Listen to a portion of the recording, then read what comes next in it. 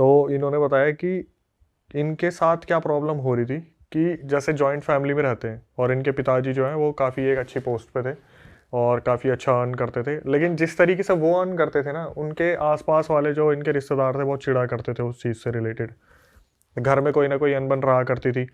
और सबसे बड़ी जो दिक्कत थी, जो इनके पापा है, राजेश के पापा जो है, इनके खुद के मम्मी पापा बहुत इस चीज़ से चिढ़ते थे कि ये दूसरे भाइयों बहनों को सपोर्ट नहीं करता, खुद के लिए ही सब कुछ करता है। तो क्या होता था, जैसे राजेश के तो वो दादाजी लगे जो इनके पापा के पापा हैं, वो दादाजी शाम को पी के आते थे और राजेश के पापा को डांटते थे कि अगर तेरे से नहीं करा जा रहा, तो घर में पैसे नहीं दे सकता तो घर छोड़ के निकल जा, हमारे किसी काम का नहीं है। और जो बाकी रिलेटिव्स थे वो भी क्या करते थे, जैसे राजेश सबसे छोटे वाले, उनसे एग्जैक्टली काउंटिंग बताया था, सबसे बड़े वाले जो भाई है वो रियल एस्टेट में थे। जिनके साथ ये इंसिडेंट हुआ है वो राजेश के बड़े भाई है, मतलब बीच वाले हैं वो वाईफाई के ऑफिस में काम करते थे, ठीक है। और राजेश स्टूडेंट है जिन्होंने हमें ये सब कुछ बताया है।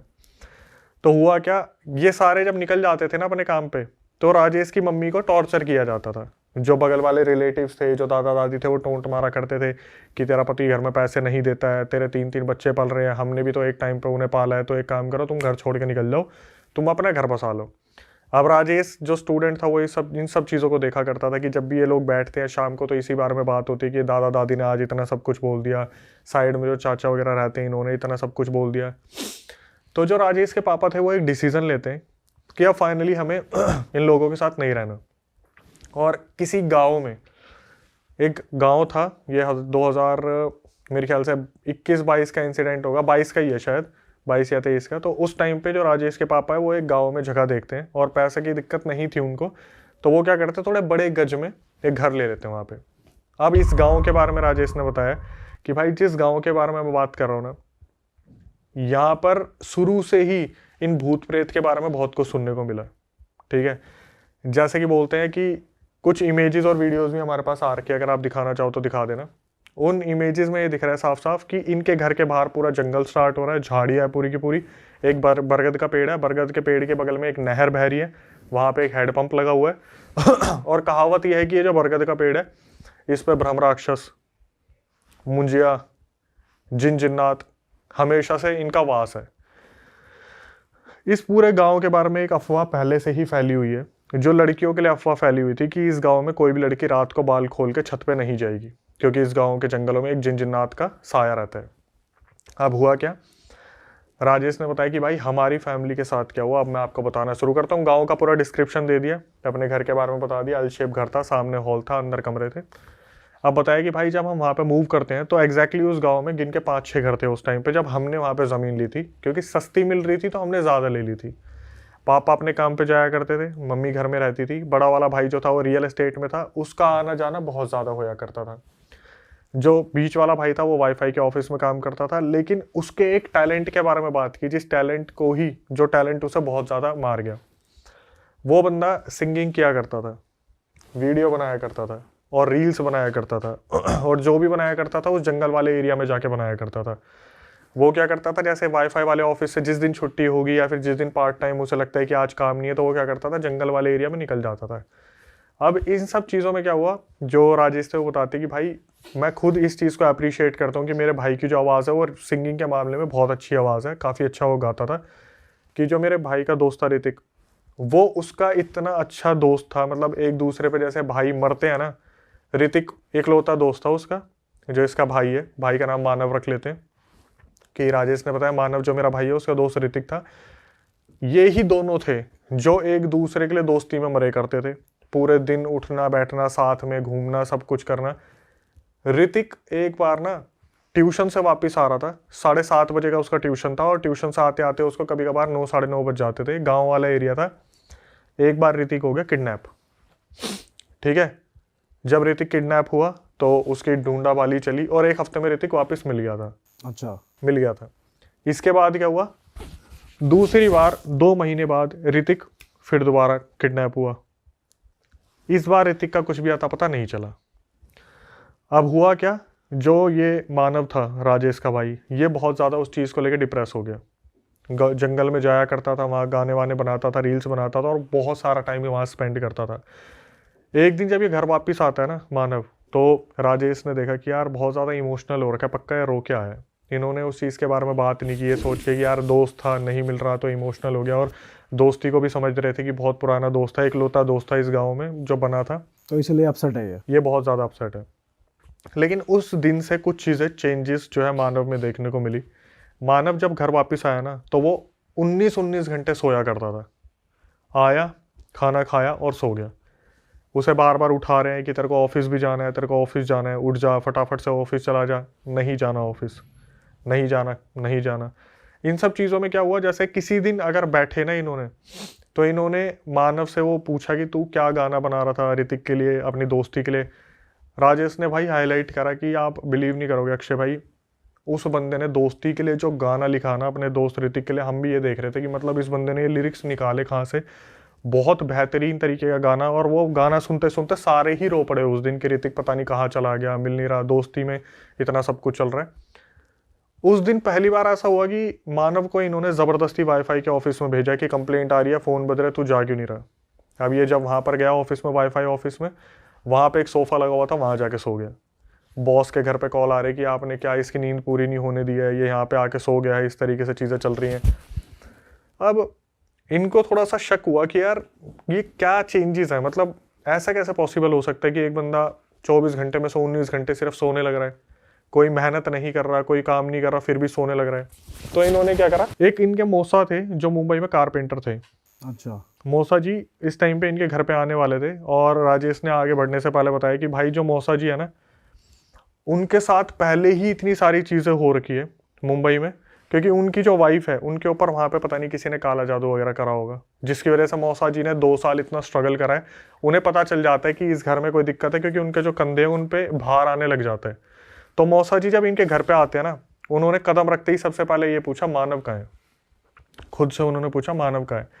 तो राजेश ने अपनी तरफ से बताया कि मौसा जी ऐसे ऐसे दिक्कत चल रही है, और पता नहीं 19-19 घंटे सोता रहता है, पता नहीं क्या दिक्कत चल रही है। तो मौसा जी ने बोला कोई नहीं, एक काम करेंगे हम ना, बालाजी चलेंगे, ठीक है, टेम्पल होके आएंगे।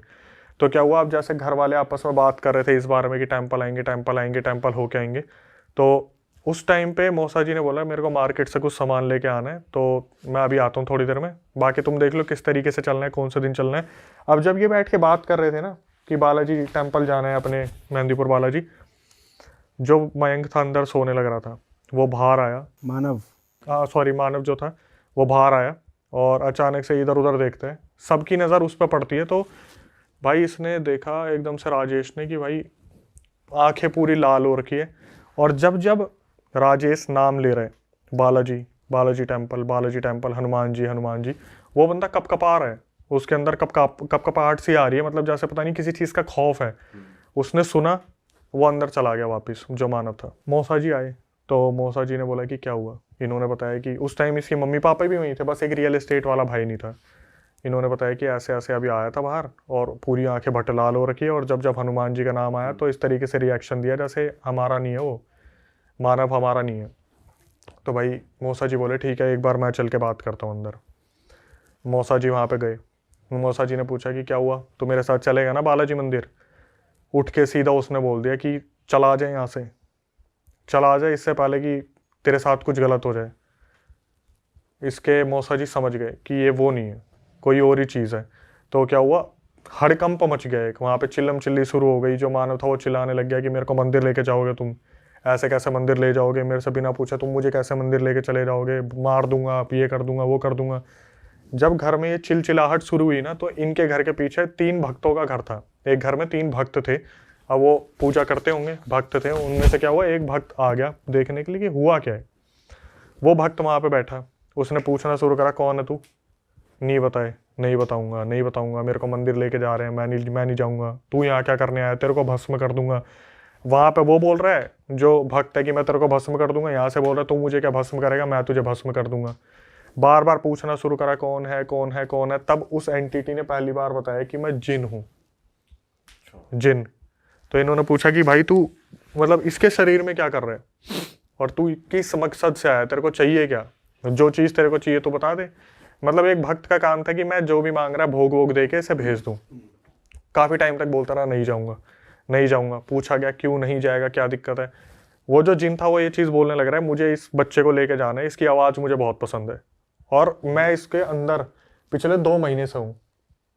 पिछले 2 महीने से मैंने इसे पोजेस करने की बहुत कोशिश की, मैंने इसके शरीर पर कब्जा पाने की बहुत कोशिश की, लेकिन हमेशा ये कैसे न कैसे बच जाता था।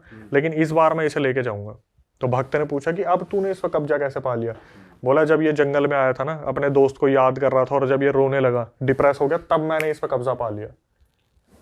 जब ये बहुत ज्यादा इमोशनली कमजोर हुआ और अभी वीक हो गया एग्जैक्टली तब मैंने इसके ऊपर धावा बोल दिया और मैंने इसे पोजेस कर लिया। 2 महीने से वो नहीं जाऊंगा। भक्त ने अपने मंत्र पढ़ने शुरू करे, क्रियाएं शुरू करी और पूछना शुरू करा, तू बता दे क्या चाहिए तेरे को। उसने क्या करा, बोल दिया कि एक काम करो, मेरे लिए ये वाली चीज़ लेके आ जाओ। नॉन वेज का नाम लिया कि इस चीज़ का भोग लेके मैं चला जाऊँगा। मंगवाया गया। जो राजेश है वो अपने मौसा जी के साथ वो सामान लेके आए मार्केट से। वहाँ पे क्या हुआ, एकदम से जैसा होता है ना भोग उसने सूंघा यूँ करके, अचानक से वहाँ पे बेहोश हो गया। बेहोश होने के बाद चलो फाइनली सब हो गया। भाई ऐसा कुछ भी नहीं था। वो जिन सारे झूठे वचन दे के गया वहाँ पे। 1 रात बीती, 2 रात बीती, राजेश सोने लग रहा था। उसने क्या करा, राजेश ने जैसे होता ना एक ठंडी हवा का झोंका राजेश की कमर पे लगा, जैसे भरी गर्मी में यार एकदम से ठंडी हवा कहाँ से आई। उसने पीछे मुड़ के देखा, उसका जो भाई था, वही जो मानव था, वो उसे घूर घूर के देख रहा है कि तुम्हें लगा मैं चला जाऊंगा, तुम्हें लगा मैं चला जाऊंगा। प्रॉपर आवाज बदल गई, प्रॉपर कि मैं इसे लेके जाऊंगा, मुझे इसकी आवाज़ बहुत पसंद है। तुम्हें क्या लगा मैंने जो वचन दिए वो सही है? अब ये भाई उठ के सीधा भागा। इसने अपने पापा को बताया कि ऐसे ऐसे इसके साथ दिक्कत हो रही है। सारे घर वाले आए, पूरा कमरा उथल पुथल कर दिया, चिल्लम चिल्ली हो रही है। उधर से समझ गए थे उस भक्त को बुलाने का तो कोई फायदा है नहीं, क्योंकि जिनने उसका कर दिया था कि उल्लू बना दिया था उसे। तो इन्होंने क्या करा, फिर दोबारा किसी से पता करना शुरू करा। लेकिन 5-10 मिनट में वो पोजेशन के बाद वो जो मानव था वो बेहोश हो गया था। इन्होंने क्या करा, किसी से पूछताछ करी, फिर एक उसको बाबा को बुला के लेके आए, जो बाबा वहाँ पे मानने वाले थे, जिनका नाम था किसी और को। हाँ, किसी और को। तो सुबह जब वो बाबा आए तो उन्होंने साफ साफ बता दिया, भाई ऐसा है कि ये जो लड़का है इसको पोजेस कर रखा है एक जिन ने, लेकिन इसके साथ कोई दूसरी आत्मा भी है। जिन तो है ही है, लेकिन कोई और भी एक आत्मा है और वो आत्मा इसे प्रोटेक्ट कर रही है। तो ये थोड़ा सा हैरान हो गया कि कोई और आत्मा इसे प्रोटेक्ट कर रही है मतलब। तो बताया जाता है कि इसके साथ ऋतिक की आत्मा है। ऋतिक जो गायब हुआ था, उसके साथ क्या हुआ क्या नहीं हुआ, लेकिन बस वो बता तो दिया था भाई कि उसका हुआ जो हुआ, किडनैप करने वालों ने शायद खत्म कर दिया उसे। अच्छा। बट उसकी आत्मा इसको प्रोटेक्ट कर रही है उस जिन से, वरना वो जिन 2 महीने से कोशिश कर रहा है कि इसे लेके चला जाए। अब ऐसी ऐसी बातें बता दी वहाँ पे भाई। सुन के ना सबसे पहले राजेश बोला कि भाई मैं बता रहा हूँ, मेरा कलेजा फट गया। वो जिन बोला कि तुम्हें इतना पता है, तुम्हें अपने परिवार वालों के बारे में इतना तो पता नहीं है। तुम्हारा भाई तुम्हारे बगल में सोता है, रोज रात को 1:30 बजे मैं इसे अपने वशीकरण करके शमशान पे लेके जाता हूँ, वहां पर क्रिया करवाता हूँ और तुम्हारे उठने से पहले वापस आके लेट भी जाता है। कैसी क्रिया? अब वो वहां पे जाके करता होगा, कोई जिन विन की सेवा करता होगा, भोग चढ़ाता होगा, वश में करने के लिए पूरा वश में कर लिया था। बताया कि राजेश के बगल में वो सोता है, रात को उठता है, 1:30 बजे वहां जाता है और वापस आके लेट भी जाते हैं। घर में किसी को पता ही नहीं है, ये 1.5-2 महीने से चल रहा है। अच्छा। अब उससे बाबा जी से बोला गया कि इसे ठीक करना है, कैसे करा जाए। तो उस टाइम पर उन्होंने बताया कि सबसे पहले तो इस जिन को निकालना पड़ेगा, लेकिन ऐसे नहीं होगा, कम से कम मेरे को 2-3 दिन चाहिए होंगे कि मेरे को हवन करना पड़ेगा। भाई वहाँ पे उस टाइम पे वो धागे वागे दे गए जो बाबा जी थे कि ये धागे मैं दे रहा हूँ और इससे अभी तक तो प्रोटेक्शन हो जाएगा, लेकिन जो तीसरी रात आएगी उस दिन मेरे को हवन करना है। 1 रात आराम से निकल गई। दूसरी रात इसकी आँख खुली राजेश की, एग्जैक्ट 1:30 से 2 के बीच में। इसने पीछे मुड़ के देखा, वो जो भाई था वो था ही नहीं वहाँ पे। इतने एकदम से ही हो जाता, भाई कहाँ चला गया, भाई कहाँ चला गया। वो चिल्लाने लगता, पापा पापा भाई नहीं है। मानव पता नहीं कहाँ चला गया। एक बार देखना शुरू करना तो जाके देखा एक कमरे में एक कुर्सी के ऊपर उकड़ू बैठा हुआ है। अच्छा। इस तरीके से बिल्कुल, और बार बार यही कि अब इसे ले जाने का वक्त आ गया, इसे ले जाने का वक्त आ गया। तुम्हें क्या लगा मैं कोई आम जिन हूँ और मैं ऐसे ही इसे छोड़ दूंगा? इन्होंने पकड़ने की कोशिश करी, हाथ पैर छुड़वा के सीधा ये भागा है, उसी वाले बरगद के पेड़ के ऊपर जाके ऊपर बैठ गया। सारे घर वाले पीछे पीछे भागे। इनके घर से मेरे ख्याल से 100-150 मीटर की दूरी पे होगा, वहीं पे शमशान है, वहीं पे वो नहर है और नहर के पास एक हैंड पंप लगा हुआ है। तो जब ये वहाँ पे पहुँचे, ऊपर देखा भाई ये तो बरगद के पेड़ के ऊपर जाके बैठ गया। अब वहां से बार बार बुला रहे नीचे आ जा, नीचे आ जा, हम तेरे पेरेंट्स है, कोई नहीं है, इसे लेके जाने का वक्त आ गया, बुला लो कितने भक्तों को बुलाओगे, बुला लो कितने गुरुजी को बुलाओगे।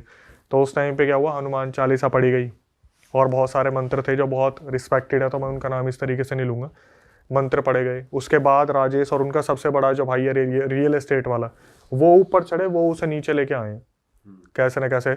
और ये समझ नहीं पा रहे थे कि एक्चुअली में जब गुरुजी ने बोला था ना कि तीसरी रात में हवन करूंगा, तो साला ये बाहर कैसे निकला, मतलब ये गेट खुला कैसे, इन्होंने ताला लगा रखा था। और पता चला वो रियल एस्टेट वाला भाई आया था 1:30 बजे, उसे किसी काम से जाना होगा या आना होगा, उसने वो ताला खोल दिया।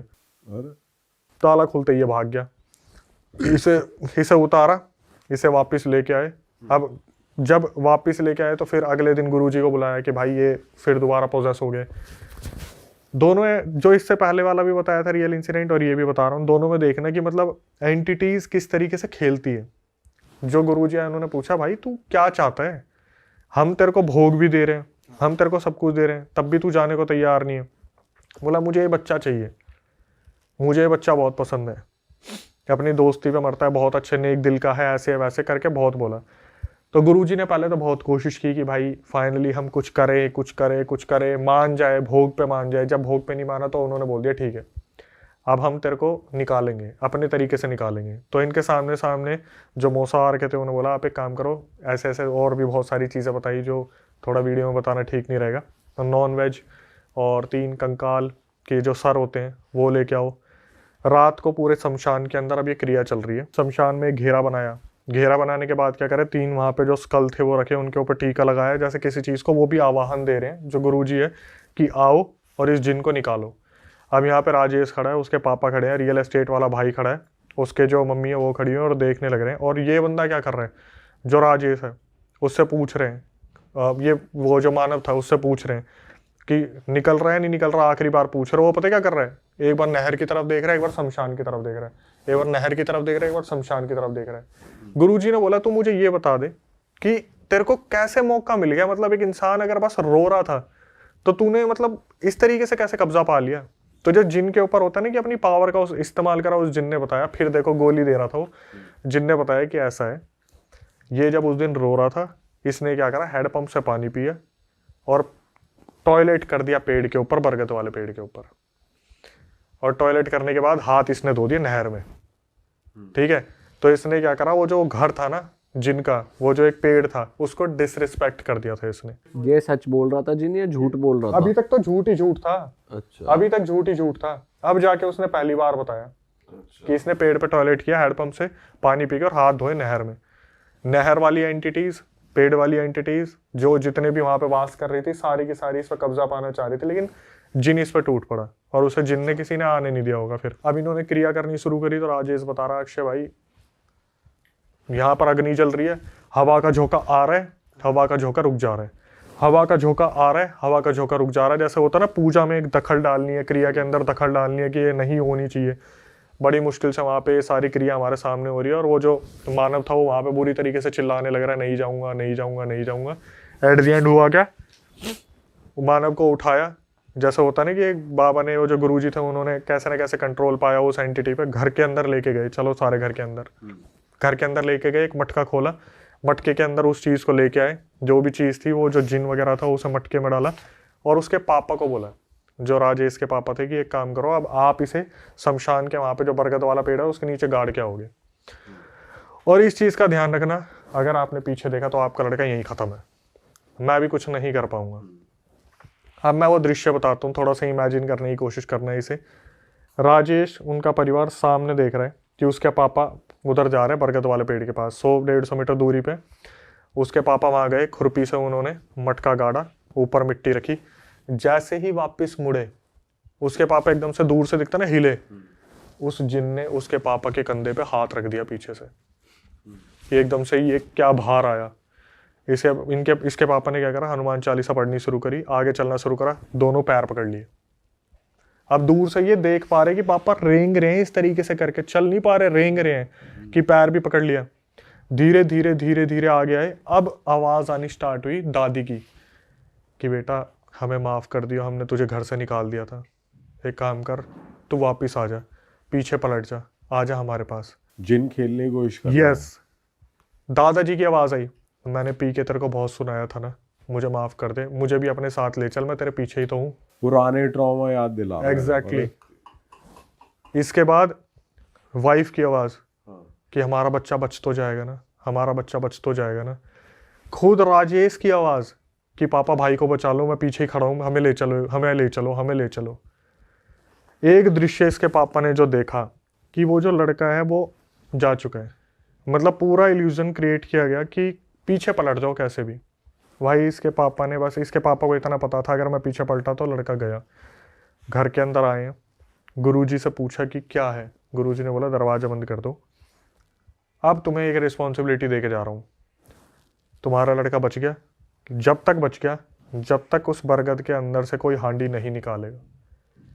यही एक रीज़न है कि मैंने गांव का नाम नहीं बताया, क्योंकि राजेश ने मेरे को बोला था भाई आप गांव का नाम बताओगे कोई पक्का आके उसे निकाल देगा। बरगद के पेड़ को इनमें से कोई ना कोई कभी ना कभी खिड़की में से घूरता रहता है कि उसके नीचे जो हांडी दबी हुई है ना, उसे गलती से कोई निकाल ना दे। बच्चे खेलते हैं वहाँ पे, बच्चों को भगा देते हैं। अरे वाह, आपने ये वीडियो यहाँ तक देख ली भाई, तुमने हमारी मेहनत सफल कर दिया, तुम ही लोग हो असली रियल हिट। और अगर आपको बहुत मज़ा आ रहा है ऐसी क्लिप्स में, ऐसी वीडियोस में, तो फटाफट जाइए प्लेलिस्ट पे बिंज वॉच कीजिए और सारी वीडियोस देख डालो और मौज काटो। That is it. हम मिलेंगे नए पॉडकास्ट में, नए क्लिप में। Till then bye bye, see you, take care, do subscribe.